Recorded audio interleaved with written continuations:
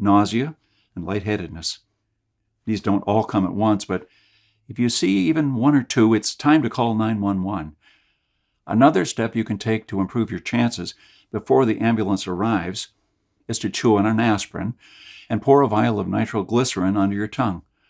But you need to have these two items at home beforehand. No country in the world has had to use more expired medication than Venezuela. Dr. Maybell and other doctors were able to see what happens firsthand, and it's almost guaranteed to shock you to the core. Most medications you have in your medicine cabinet are good for years after their bogus expiration dates, so pay close attention to this chapter before you throw away your so-called expired medications, as one day you might need it badly. You'll also learn about the only 4 antibiotics you should stockpile at home and how to get them legally without a prescription. They contain distinctive substances that act very differently, so while it could happen that you stumble upon a bacteria that is resistant to one of them, the chance it can withstand all 4 is very, very slim. Antibiotics will become priceless in times of need once they become scarce. Having them at home for you and your family is at least as important as having food stockpiles. Another thing you'll discover is the best natural painkiller that probably grows in your own backyard. This is the pain-killing plant that many in Venezuela turned to after they couldn't find relief at the pharmacy anymore, and it grows all over North America as well. You'll also learn how to deal with shortages of medicines such as insulin, which some people need to take every day. A friend of mine from Texas found a workaround and is able to get all the insulin he needs daily and even extra to stockpile. His ingenious method is completely legal and safe.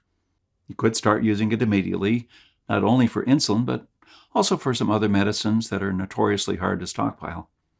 When dealing with a stroke, time is of the essence, and every second counts. If you act quickly, most of the time your body can recover completely. Alternatively, many people end up partially paralyzed or even worse. Inside the home doctor, you'll also learn the fastest way you can recognize it, and the one thing you must do immediately to improve your chances. You'll also find out how to make your own batch of anesthetic to use whenever a painful procedure is necessary. All the ingredients can be ordered online without a prescription. Make sure you produce enough, as this stuff tends to run out when things go south, and not to mention that other people in pain will be willing to trade an arm and a leg for it. I'll also show you the only probiotics you need to keep in your medicine cabinet. The truth is, most probiotics today are next to useless, and some are even harmful. Probiotics are basically microorganisms that live inside your gut and influence your metabolism and overall health. They can even trigger allergies. Their effects are so widespread that you don't want to take the wrong probiotics and risk messing up your gut flora even more. I personally know people who gained a lot of weight taking bad probiotics. A good probiotic, on the other hand, can make all the difference.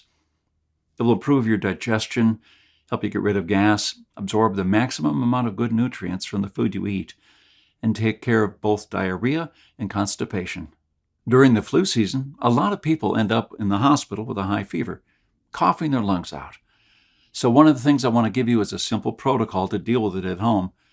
If going to a hospital is off the table, or you just don't want to go to a doctor for a simple flu, you'll discover how you can make your own cast at home. If you break a leg or arm, you'll need to keep it immobilized for a few weeks to allow the bones to fuse back. This is the best way to do it.